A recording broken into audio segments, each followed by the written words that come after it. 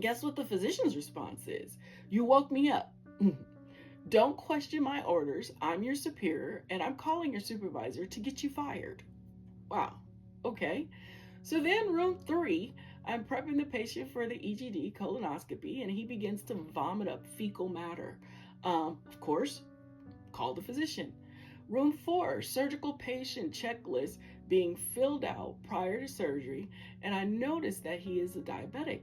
The surgery patients are usually NPO status, which means that they can't eat or drink anything prior to surgery. Yet, there is an order to give 50 units of regular insulin. Wait a minute. And now I'm understanding and knowing that this could kill my patient, okay? I call the physician to modify the order, and this is his response. Why are you calling me? Then he said, the computer must have put the order in wrong.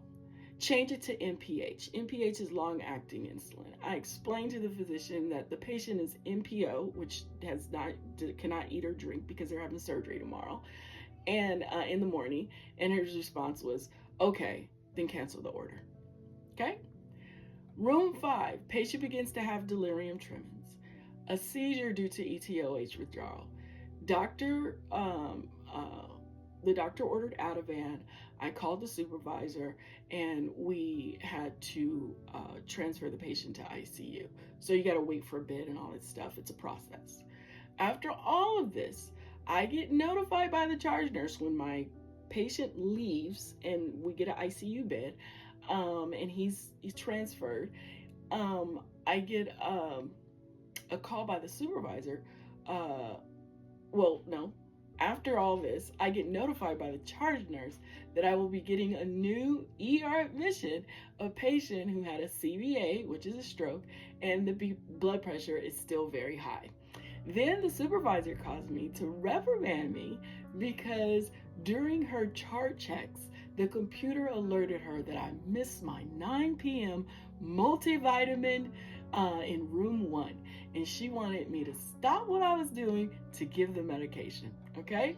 I can't chart half of this experience because we are told to not put this in the chart due to liability. So we have to clock out, stay after work to enter into the computer an incident report that's not user friendly and very time consuming. Plus, I have to be back at work that night. All right? So now this is one typical shift. So at the beginning, in the middle, and at the end this 12-hour shift, I needed to call my union for protection because of the threats that I received for being a patient advocate, relaying safety concerns, doing my job as a nurse, and simply caring for humanity is a threat to me having employment and keeping it. That's why I strongly encourage patients to be their own advocate. Have a family member, advanced care directive agent with you at all times.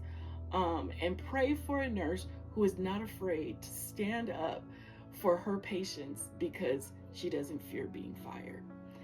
After the world shut down, the great nurses and physicians were terminated, they took an early retirement, or just quit. So finding a great nurse might be impossible, but I hope that you can find at least one that at least knows about the medications that they are giving you. So, in saying that, the medical field, the hospitals, things are not like they used to be.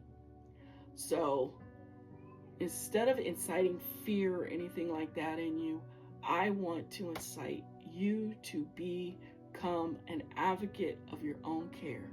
I want you to understand the diagnosis, understand your diagnosis is, understand why you're taking certain medications, understand the side effects, and understand be well informed so that you can weigh the benefit versus the risk. So you can outweigh the benefit versus the risk. If the risk outweighs the benefit, or if the benefit outweighs the risk, that is your decision, that is your freedom, that is your liberty to decide that. And you can ensure that you and your family is protected. So in saying that, you see a lot of strikes going on today. And for me, when I was in the union and had to strike and had to do things like that, it was not for a paycheck. It wasn't for that. It was for me to be able to have protection, that may or may not protect me from retaliation, from impeding me from getting promoted or fired. So just to have protection in the hopes of not getting fired for standing up for my patients and being a patient advocate and a nursing advocate, talking about patient concerns,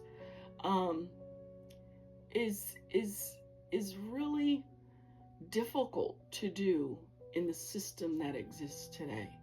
So my advice to you is to stay prayed up, to understand that we're living in a time as such as this, and to protect yourself at all times with educating yourself to understand what's going on. Okay? All right. Until next time, unfortunately, I do have more information to give you, but